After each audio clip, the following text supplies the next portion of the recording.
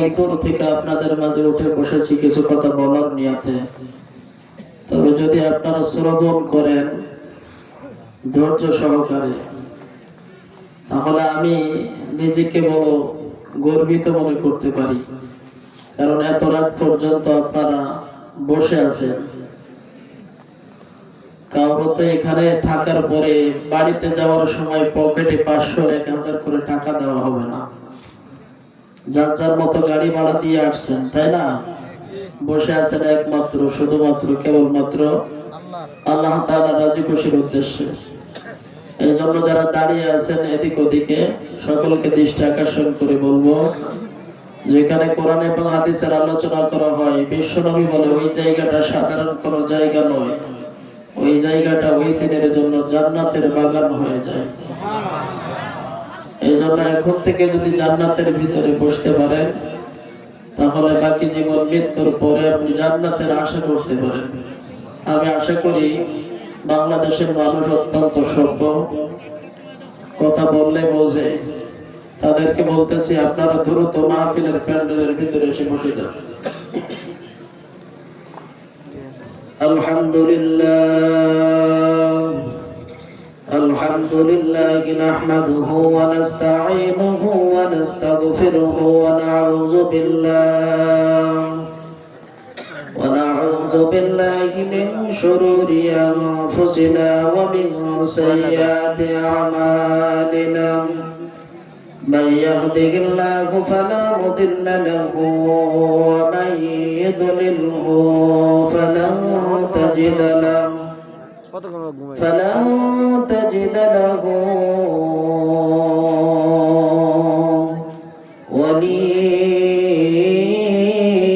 وليا مرشدا.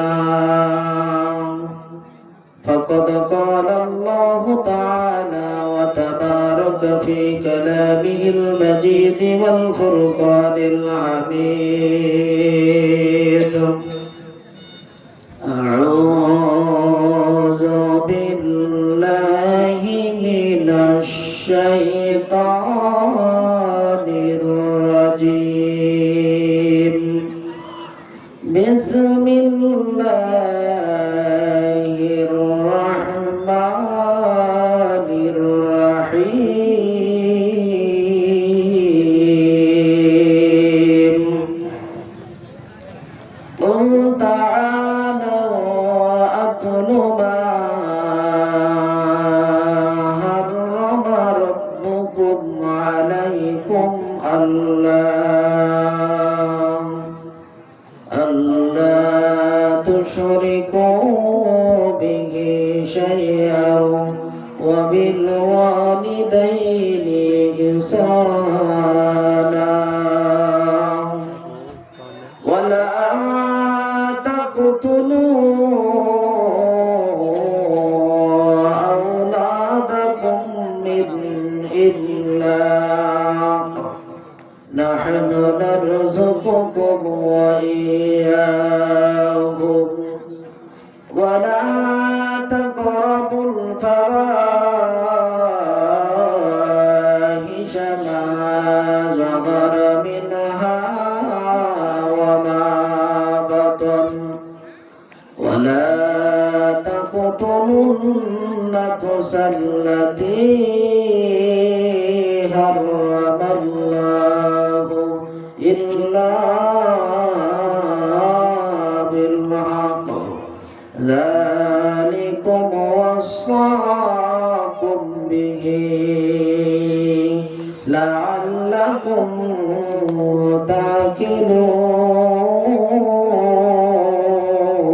تعقلون.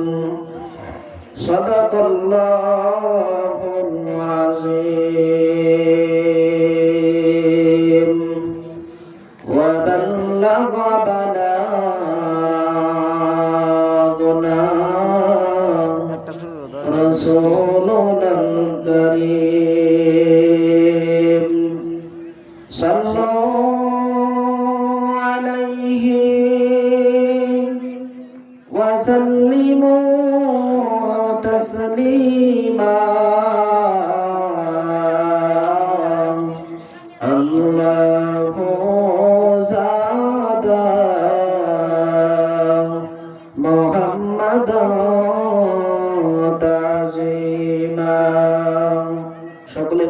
আমাদের সাথে দুরূদ ইব্রাহিম পড়ি।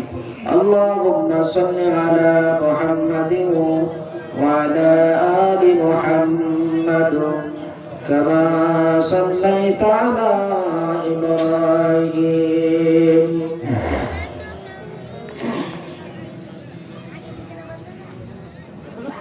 তুমি আছো হৃদয়ের গভীরে, বলব তোমায় বলো কি করে। তুমি আছো হৃদয়ের গভীরে, বলব তোমায় বলো কি করে। দেখি নাই তোমার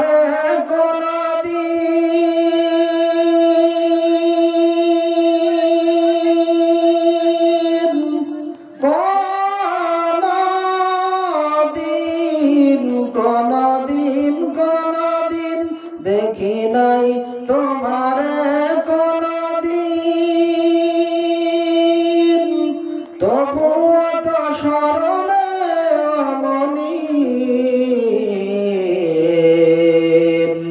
প্রেমের ভুবনে তোমারি বিরহ বেতায় নিশীথের শিশানির ঝরে। তুমি আছো হৃদয়ের গভীরে, বলব তোমায় বলো কি করে। লা ইলাহা ইল্লাল্লাহ, লা ইলাহা ইল্লাল্লাহ,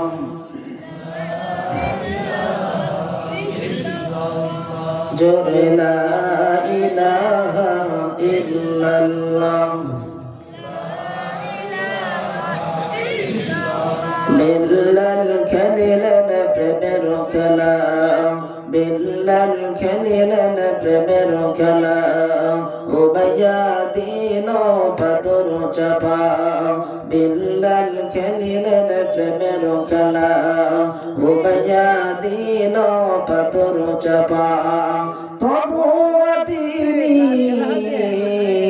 ছাড়লেন না ইল্লাল্লাহ, লা ইলাহা ইল্লাল্লাহ, লা ইলাহা ইল্লাল্লাহ, লা ইলাহা ইল্লাল্লাহ।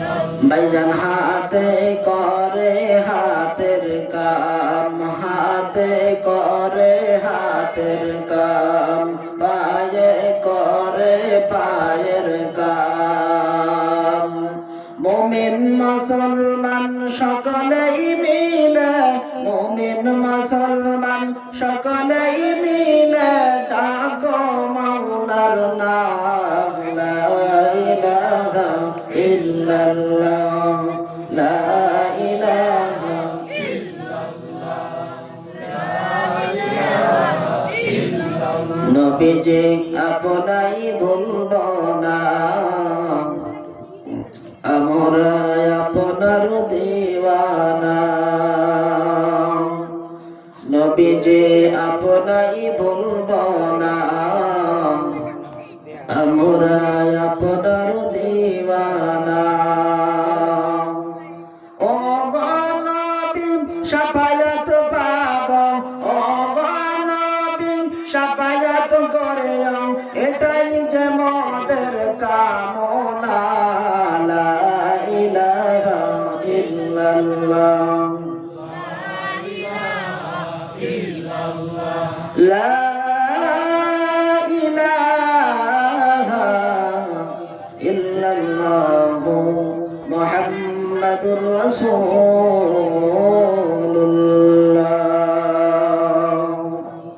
সাল্লাল্লাহু আলাইহি ওয়াসাল্লাম। বাড়ি ভাগেরা আলহাজ একে লুৎফর রহমান দারুসসালাহ হাফিজিয়া মাদ্রাসা এতিমখানা উদ্যোগে আয়োজিত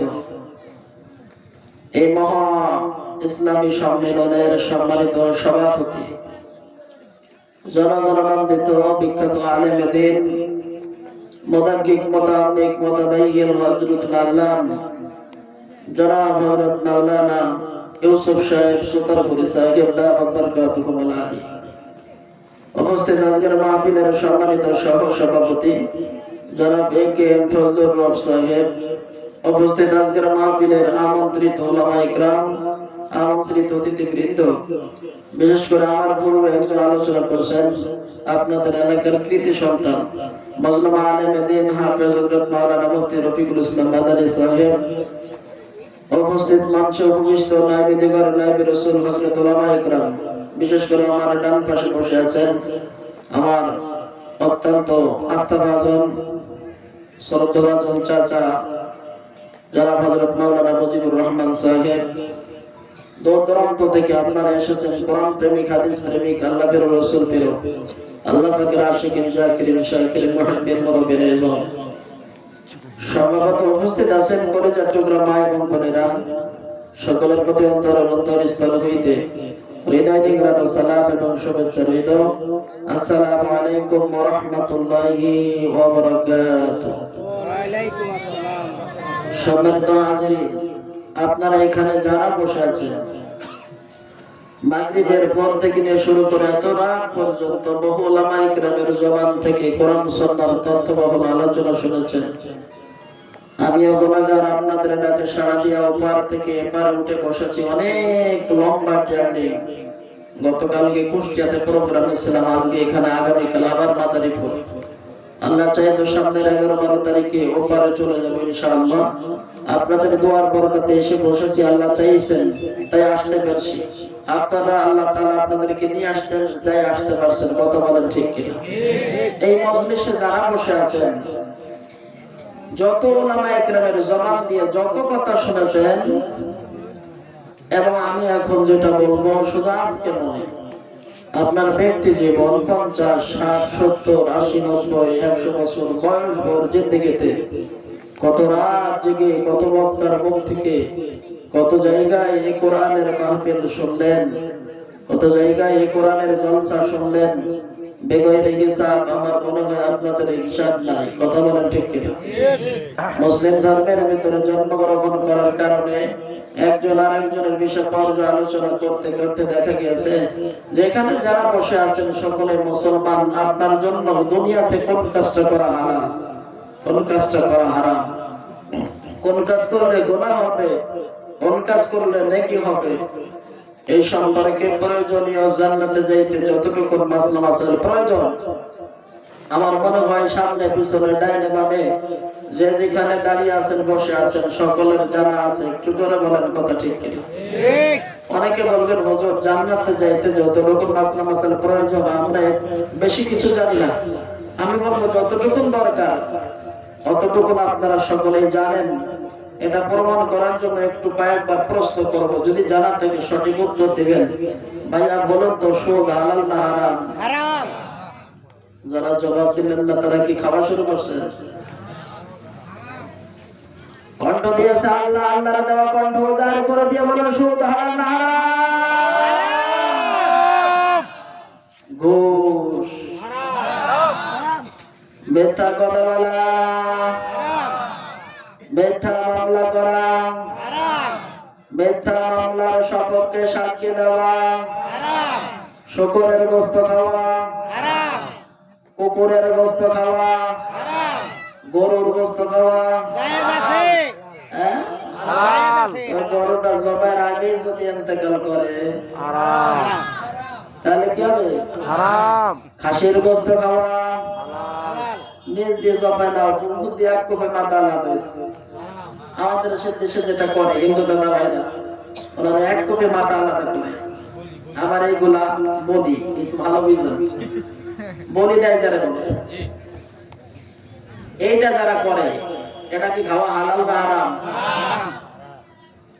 যৌতুকের টাকা নেওয়া হারাম। যারা জবাব দিলেন না তাদের কাছে কি হালাল? সবাই জবাব চালু করে দিয়ে যৌতুকের টাকা নেওয়া হারাম। আচ্ছা বলেন তো ভাই, যেগুলো আপনাদের কাছে ফতোয়া জিজ্ঞাসা সবগুলো কোরআন হাদিস দিয়ে আপনি কি সঠিক জবাব দিয়েছেন? তো গরুর গোস্ত, মৃত্যুবরণ করা গরুর গোস্ত যে আপনারা খান না বাংলাদেশের মানুষ, এটা আমি মুজাহিদুল ইসলাম বিশ্বাস করি। কুত্তার গোস্ত আপনারা খান না, এটাও আমি বিশ্বাস করি। কিন্তু যৌতুকের টাকা যে পাইলে ছাড়েন না, এটা তো আর বিশ্বাস করা যায় না। কুত্তার গোস্ত খাওয়া হারাম ফতোয়া দিয়েছেন আপনারা, এটা আপনারা খান না, এটা আমি বিশ্বাস করি। কিন্তু বাংলার মুসলমান যে যৌতুকের টাকা পাইলে ছাড়ে না, এটা আর বিশ্বাস করা যায় না। কথা বলেন ঠিক কিনা? একজন মুসলমানের জন্য কুত্তার গোস্ত খাওয়া যেমন হারাম, শুকরের গোস্ত খাওয়া যেমন হারাম, একজন মুসলমানের জন্য যৌতুকের টাকা নেওয়াটাও হারাম। একজন মুসলমানের জন্য কুত্তার গোস্ত খাওয়া যেমন হারাম, মরে যাওয়া খাসির গোস্ত যেমন খাওয়া হারাম, একজন মুসলমানের জন্য সুদে টাকা নেওয়াটাও হারাম। আজকে অত্যন্ত দুঃখের সাথে বলতে হয়, আপনাদের আঙ্গ ইন্ডিয়া, বাংলাদেশ এবং ইন্ডিয়ার মুসলমানদের সব জানা আছে, কিন্তু মানার মানুষের অনেক অভাব আছে। কথা বলেন ঠিক কি? আপনাদের শিল্পীটাই বলছে, বাংলাদেশের শিল্পী বলবো নাকি? শোনো এই দেশটার গল্প বলি, দেশটা মনে হয় স্বপ্ন পড়ি। শোনো এই দেশটার গল্প বলি, দেশটা মনে হয় স্বপ্ন পড়ি। শুধু কর ঘুষ কর মদ কর শুধু কর, এটাই আছে ভরি ভরি, এটাই আছে ভরি ভরি। এ দেশে মিথ্যা কথা কেউ বলে না, বলে নাকি? তবে মিথ্যা ছাড়া মামলা মকদ্দমা চলে না। নির্দোষ মানুষের জীবন কেড়ে, নির্দোষ মানুষের জীবন কেড়ে ফাঁসির আসামি দেশে ছেড়ে। এই চিন্তায় দুঃখে দুঃখে মরি, দুঃখে মরি। শোনো এই দেশটার গল্প বলি, দেশটা মনে হয় স্বপ্ন পড়ি। শুধু কর ঘুষ কর মদ কর শুধু কর, এটাই আছে ভরি ভরি, এটাই আছে ভরি ভরি। এ দেশে অসৎ কামাই কেউ করে না, করে নাকি? তবে সুযোগ পেলে ঘুষের টাকা কেউ ছাড়ে না। টেবিলের নিচ থেকে হাত বাড়িয়ে, টেবিলের নিচ থেকে হাত বাড়িয়ে কালো টাকাটা নাই কামিয়ে। ইরাই দিচ্ছে দেশের ফাঁকি, দেশের ফাঁকি। শোনো এই দেশটার গল্প বলি, দেশটা মনে হয় স্বপ্ন পড়ি। শুধু করো ঘুষ করো মদ করো শুধু করো, এটাই আছে ভরি ভরি, এটাই আছে ভরি ভরি। এরকম হাজার প্রতি মানুষের ভিতরে আপনার আমার জীবনের বিচারণ। তাই আপনি যেটা জানেন ওর উপরে আমল করলে পরে সারা বছর মাহফিল শোনা লাগে না। একটা মানুষের জন্য একটা মাহফিলে রাজাতে যাওয়ার জন্য যথেষ্ট বড়। আল্লাহ রাসূল বলেছেন আপনি দিনাকা একফিকাল আমালুল কলিল, একটা মানুষের জন্য অল্প আমল নাজাতে যাওয়ার জন্য যথেষ্ট। এটা আমার হাদিস না রাসূলের হাদিস? এই কথা বল না কা? আল্লাহ রাসূল বলেছেন অল্প আমল কর, অল্প আমল যদি খাঁটি ঈমানের সাথে হয়, আমলের নিয়তে হয়, এই অল্প আমলটা আল্লাহ তাআলা নাজাতে যাওয়ার জন্য যথেষ্ট করে দিবে ইনশাআল্লাহ। সম্মানিত হাজিরিন, আমি আপনাদের কাছে জানতে চাইতেছি, মজলিসে যারা আছেন বাংলাদেশের মানুষ, আপনারা কি মুসলমান না কাফের? মুসলমান। কে কে হিন্দু আছেন একটু হাত দেখান। হিন্দু কে কে? মুশরিক আছেন একটু হাত দেখান। মুশরিক, মুশরিক না বুঝা হাত উঠাইছে, সমস্যা নেই। ভুল করে পানি খাইলে তো রোজা ভাঙে না, ভাঙে নাকি? সমস্যা নেই। কাফের কে আছেন হাত দেখান। কাফের কেউ নাই। মুনাফিক, মুশরিক। আচ্ছা ভাই, আমি আপনাদের কাছে জানতে চাই, মুশরিক, কাফের, মুনাফিক, হিন্দু, বৌদ্ধ, খ্রিস্টান এরা কি জান্নাতে যাবে না জাহান্নামে যাবে?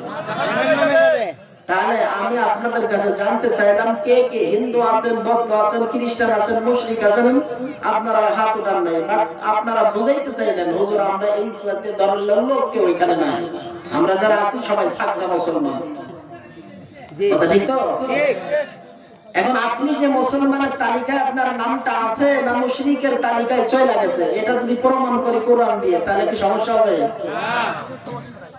এখনই যদি আপনি মারা যান, যদি আপনার জানাজা হবে, মুসলিম কবরে দাফন করা হবে, কবরে রাখার পরে আজকে আল্লাহ বাস দোকান হবে, যে বাসটা ইসলামের খাতিরে ওলামা ইকরামের বিরুদ্ধে দেওয়া হয়েছে এতে পড়বে। কথা বলেন ঠিক কিনা? আমগো দেশের নরেন্দ্র মোদী যেটা দিতেছে আলেম ওলামার বিরুদ্ধে, আপনারা দেখেছেন? বাবরি মসজিদটা ভাঙতে ভাঙতে ভাঙেই ফেললো।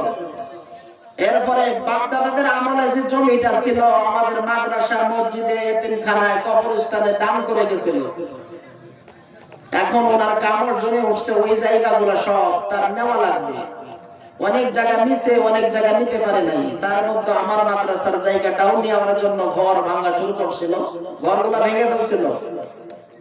আমি মনে করছিলাম যে বাবা যেটা কষ্ট করে রাখছে, কারণ আপনারা অনেকে আমার বাবারে চিনতেন, নূরে আলম সিদ্দিকী আপনাদের এই এলাকায় ওয়াজ করে বেড়াইতো। আল্লাহ তাআলার ডাকে সাড়া দিয়া 2 বছরের মতো হইতেছে বাপজান দুনিয়ার জমিন থেকে বিদায় হয়ে গেছে। চাচা ছিল ফাটাকষ্ট, আমার বাবা ছিলেন অনেক কষ্টের পরে মুসলমান হওয়ার পরে, আলেম হওয়ার পরে একটা মাদ্রাসা চালু করছিলেন। আপনাদের এই পার থেকে টাকা পয়সা যেটাই কামাই করতেন মাদ্রাসার পিছনে উনি হাত দেন। হাত ধরে চলে যাওয়ার সময় হাতের উপরে মাদ্রাসাটা আমার দায়িত্ব দিয়ে গেছে। আমি আপনাদের পারে এসে যা কামাই করি মাদ্রাসার জন্য নিয়ে যাই। আল্লাহ তাআলা যেন তৌফিক দেয় মৃত্যুর আগ পর্যন্ত নব মুসলিম মাদ্রাসাটা চাকচিক্যভাবে ধরে রাখতে পারি, এমন তৌফিক যেন আল্লাহ আমাদের সকলকে দান করে। সকলে বলে আমিন। ভাই মজলিসে যারা আছেন, আমি আপনাদের কাছে জানতে চাইলাম হিন্দু, বৌদ্ধ, খ্রিস্টান, মুশরিক কে আছেন? আপনারা হাত উঠা করে বলছেন কেউ নাই, আপনারা সবাই মুসলমান। এখন কে কে মুসলমান আছেন একটু হাত উঁচু করে দেখান। না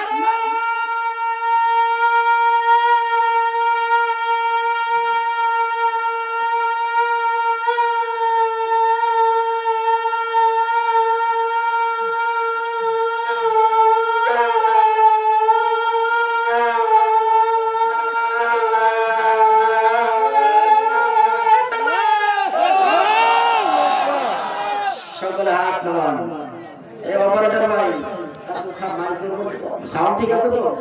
এক একটা এক এক রকম আওয়াজ হচ্ছে। সবাই হাজিরিন, এই মজলিসে যারা আছেন, আজকে আপনাদের খাতা কলমে বোঝাই দিয়ে যাবো যে আপনারা যারা মুসলমান দাবি করে নামাজ পড়তে যান, মুসলমান দাবি করে জানাজায় শরীক হন, মুসলমান দাবি করে দান করেন, মুসলমান দাবি করে মাহফিলে যান, আসলে আপনার অবস্থানটা কোন জায়গা? আপনার স্থানটা কি মুসলমানের তালিকা আছে না মুশরিকের তালিকায় হয়ে গেছে?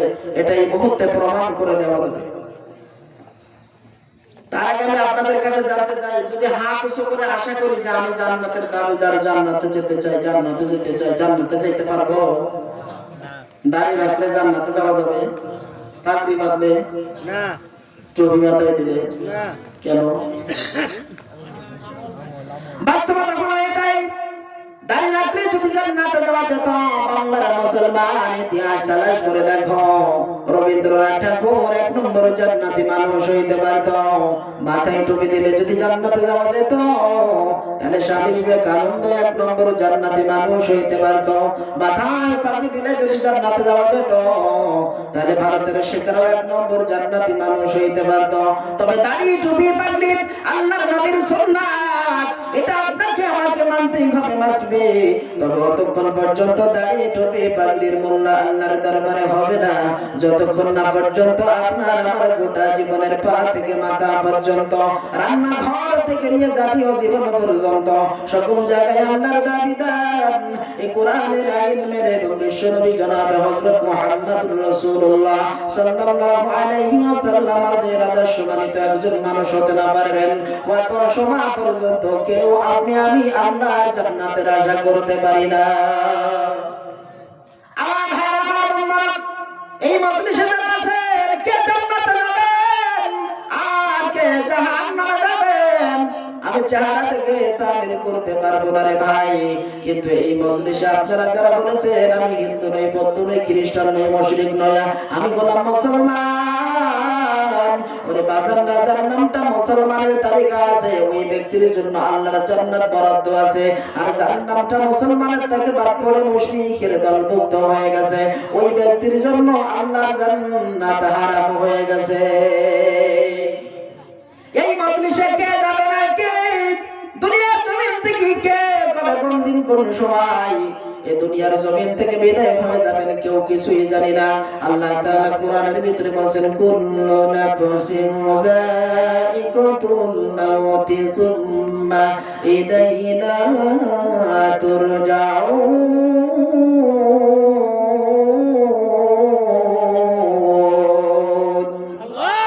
যার কাছে প্রাণ আছে তার একদিন মরণ আছে। জোরে বলেন কথা ঠিক কিনা? এই মজলিসে যারা আছেন কে কে যাবেন আর কে পরে যাবেন? আমার ভাইরা কেউ কিছু বলতে পারবে না রে ভাই। আপনারা আমার কাছে যে কোনো সময় যে কোনো মুহূর্তে হাজির হইতে পারে। এটা মাহফিলের ময়দানে থাকতে থাকতে হইতে পারে, কোরআন পড়তে পড়তে হইতে পারে, বাথরুমে যাইতে যাইতে হইতে পারে, খানা খাইতে খাইতে হইতে পারে, তাহাজ্জুদ পড়তে অবস্থায় হইতে পারে, হাঁটতে হাঁটতে হইতে পারে, কথা বলতে বলতে হইতে পারে, রোডে চলাফেরা করতে করতে হইতে পারে।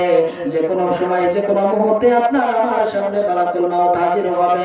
এটার কোনো হিসাব আপনার আমার কাছে নাই। তাই সেই মালাকুল মউত আসার আগে মুসলমান হতেই হবে। হুকুমটা কার? আরো জোরে করেন কার? আল্লাহ আমার রব, সেই রবি আমার সব।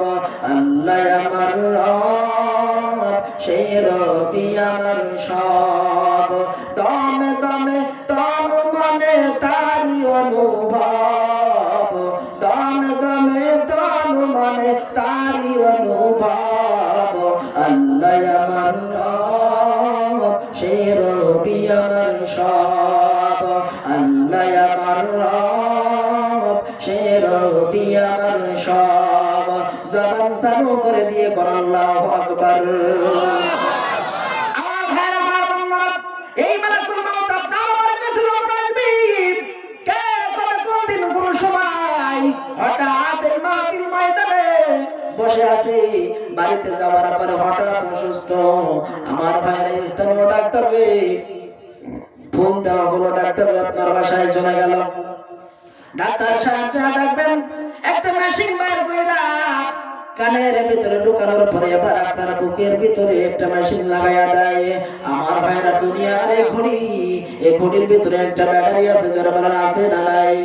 এই ব্যাটারিটা যতদিন ভালো থাকে আপনার আমার হাতের ঘড়িটা টাইম কাটাটা সুন্দরভাবে দুনিয়ার সময়টা পার করে দেয়। যদি এই ঘড়ির ব্যাটারিটা ডাউন হয়ে যায় আমার ভাইরা, এই ঘড়ির ব্যাটারি ডাউন হয়ে যাওয়ার সঙ্গে সঙ্গে দেখবেন দুনিয়ার জমিনে এই ঘড়িটা আপনার আমার সময় পার করে না। এই ঘড়ির ব্যাটারি ডাউন হয়ে গেলে, এই ঘড়ির ব্যাটারি নষ্ট হয়ে গেলে হাতের ব্যাটারি যেমন আর কোনো দাম থাকে না, আর কোনো দাম থাকে না। এটা সময় যেহেতু পার করে দেয় না, এটা সময় যেহেতু করে দেয় না, সেহেতু আর এটা কেউ হাতে দেয় না, এর দাম থাকে না। আপনার আমার জীবনে একটা ব্যাটারি ঘড়ি আছে, কান লাগায়া দেখবেন বুকের পাঁচ ঠিক ঠিক ঠিক ঠিক করে দুনিয়ার জমিনে সময় পার করে দেয়। যেই দিন এই জীবন আমার ঘড়িটা হঠাৎ ব্যাটারি ডাউন হয়ে যাবে, ওই দিন ডাক্তার এসে কানের কাছে মেশিন লাগায়া বুকের ভিতরে যখন দিয়া দেখবে দুনিয়ার কাটার সঙ্গে আর বুকের পালসের ঘড়ির সঙ্গে মিল আছে। ভাই আপনার বাবা অসুস্থ হয় নাই, প্রেসক্রিপশন করে দেয়, ডাক্তারের কাছ থেকে ওষুধ নিয়ে এসে খাওয়ান, ভালো হয়ে যাবে। আর আমার ভাইরা যদি দেখেন এই ঘড়ির কাটার সঙ্গে আর বুকের এই ঘড়িটার পালসটা সময়টা একই টাইমে দেয় না, তখন ডাক্তার ডাক দিয়ে বলে ভাই আপনার বাবা অসুস্থ হয়ে গেছে, এখনই আপনারা আমার দিল্লিতে নিয়ে যান, না হলে আপনাদের বাংলাদেশে ভারতে নিয়ে যান। আমার ভাইয়েরা, আমার বন্ধুরা, এই জন্য তো দুনিয়ার জমিনে একজন কবি বলছেন, টিক টিক টিক টিক যে ঘড়িটা বাজে, টিক টিক বাজে, কেউ কি জানে সেই ঘড়িটা লাগবে কয়দিন কাজে। টিক টিক টিক টিক যে ঘড়িটা বাজে, টিক টিক বাজে, কেউ কি জানে সেই ঘড়িটা লাগবে কয়দিন কাজে। কেউ কি জানে সেই ঘড়িটা লাগবে কয়দিন কাজে। চক চক টক টক জীবন গড়ি করে যতদিন, দাম থাকে তার সবার কাছে বন্ধু ততদিন। চক চক টক টক জীবন গড়ি করে যতদিন, দাম থাকে তার সবার কাছে বন্ধু ততদিন। মনের মধুরি মিশিয়ে সাজায় নানার সাজে, কেউ কি জানে এই গড়িটা লাগবে কয়দিন কাজে। কেউ কি জানে এই গড়িটা লাগবে কয়দিন কাজে। টিক টিক টিক টিক যে ঘড়িটা বাজে, টিক টিক বাজে, কেউ কি জানে সেই ঘড়িটা লাগবে কয়দিন কাজে। কেউ কি জানে সেই ঘড়িটা লাগবে কয়দিন কাজে। চক চক টক টক করে যতদিন তোমার চেহারা, ততদিন তারে কিনতে চাই যে খরিদারেরা। চক চক টক টক জীবন ঘড়ি করে যতদিন, ততদিন তারে কিনতে চাই যে খরিদারেরা। সময় মতো সময় দিলে সব কালে বেরাজ, কেউ কি জানে এই ঘড়িটা লাগবে কয়দিন কাজে। কেউ কি জানে এই ঘড়িটা লাগবে কয়দিন কাজে। টিক টিক টিক টিক যে ঘড়িটা বাজে, টিক টিক বাজে, কেউ কি জানে সেই ঘড়িটা লাগবে কয়দিন কাজে। কেউ কি জানে সেই ঘড়িটা লাগবে কয়দিন কাজে। জবান চালু করে দিয়ে কোন কথা ঠিক কিনা?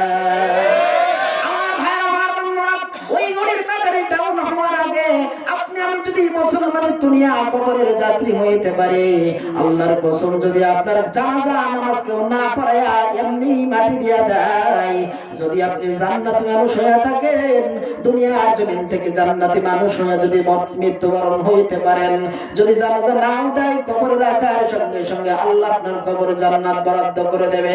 আর যদি মুনাফিক মুশরিকের দলভুক্ত হয়ে যান, আল্লাহ তাআলা কোরআনের ভিতরে কয় ইস্তাগফিরুল্লাকুম আও লা তাস্তাগফিরুল্লাকুম, নবীরে জানায়া দেয় কাফের মুশরিকের জন্য নবী যদি ৭০,০০০ বার দোয়া করেন, ওই ৭০,০০০ বার দোয়া আমি আল্লাহ ফিরিয়ে দেব।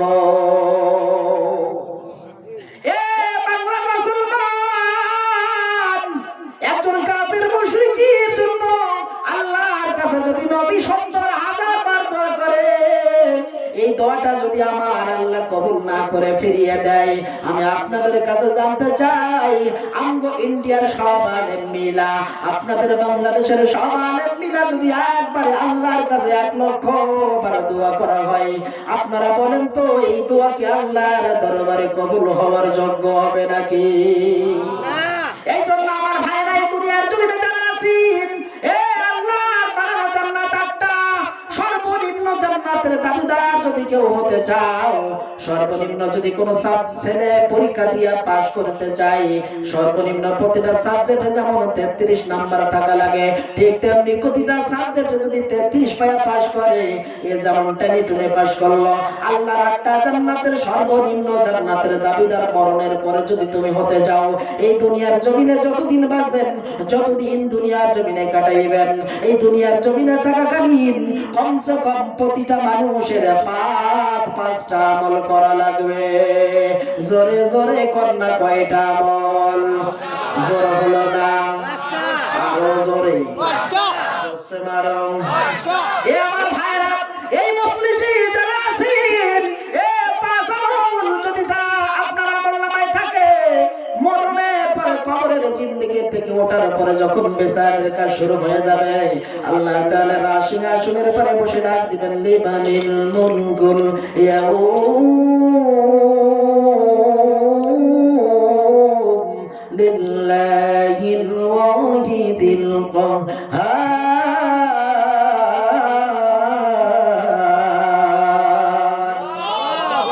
দুনিয়ার জমিনে যে যত নেতা হোক, আপনার দেশের যত বড় বাহাদুর হোক না কেন, আমাদের দেশের ইন্ডিয়ার দেশ ভাইয়েরা আমার মোদিজির মতো যত বড় বাহাদুর নেতা হোক না কেন, আমার ভাইয়েরা দুনিয়ার জমিনে কাফের মুশরিক ফেরাউন হামানের মতো যত বড় নেতা হোক না কেন, আল্লাহ যখন লিমানিন হুমকুল ইয়াউম বলে কি হয় ডাক দিবেন, ওই সময়ের সমস্ত মানুষগুলা আল্লাহর সামনে দাঁড়িয়ে দাঁড়িয়ে উলঙ্গন একটা অবস্থায় দাঁড়িয়ে দাঁড়িয়ে থর থর করে কাঁপতে থাকবে। ওই সময় শুধুমাত্র কেবলমাত্র একজন মানুষ আল্লাহর সামনে কথা বলার সাহস পাবে, ওই ব্যক্তি আর কেউ না, ওই ব্যক্তি হলেন তামাম পৃথিবীর নবীদের সরদার, তামাম পৃথিবীর নবীদের বাদশা, যিনি হলেন আখিরি জামানার পয়গম্বর, যিনি হলেন আমার নেতা, যিনি হলেন আপনার নেতা, যিনি হলেন মুহাম্মদুর রাসূলুল্লাহ সাল্লাল্লাহু আলাইহি ওয়াসাল্লাম। আমার ভাইরা আমার বন্ধুরা, দুনিয়ার নবী যদি ওই এলাকার ভিতরে কোনো মিটিং মিছিল হয়, আমার ভাইরা কোনো সালিশ মীমাংসা বিচার আচার বসে, চেয়ারম্যান সাহেবকে ডাকা হলো, দেখবেন লক্ষ্য করে খেয়াল করে দেখবেন এই চেয়ারম্যান সাহেব কিন্তু একা একা বিচার করে না। দুনিয়ার জমিনে এই আপনার মহল্লার ভিতরে যখন একটা সালিশে বসে, এলাকার মহল্লার গণ্যমান্য আরো 2-4-5 ব্যক্তিবর্গদের ডাইকা লইয়া চেয়ারম্যান বিচারে বসে। একটু জোরে বলেন কথা ঠিক কিনা? আমার আল্লাহ যখন বিচার শুরু করে দিবেন, তামাম পৃথিবীর নবীদের বিচার, তামাম নবীদের সম্মানদের বিচার, তামাম পৃথিবী যত লক্ষ লক্ষ কোটি কোটি মাখলুকাত আছে রে ভাই, অগণিত মাখলুকাতের বিচার যখন আল্লাহ তাআলা শুরু করে দেবেন, ওই মুহূর্তে আল্লাহর সামনে 4 কাতারওয়ালা মানুষ থাকবে। জবান চালু করে দিয়ে কোন কয় কাতার মানুষ থাকবে? 4 কাতার। বিচারের আসনে আল্লাহ ডাইকা নেবেন 4 কাতারওয়ালা মানুষ। এই 4 কাতারওয়ালা মানুষ নিয়া আল্লাহ তাআলা কিয়ামতের ময়দানে বিচার করবেন। আর এই 4 কাতারওয়ালা মানুষদের কাছে শুনবেন যে ওরে জান্নাত দেওয়া যাবে কি যাবে না।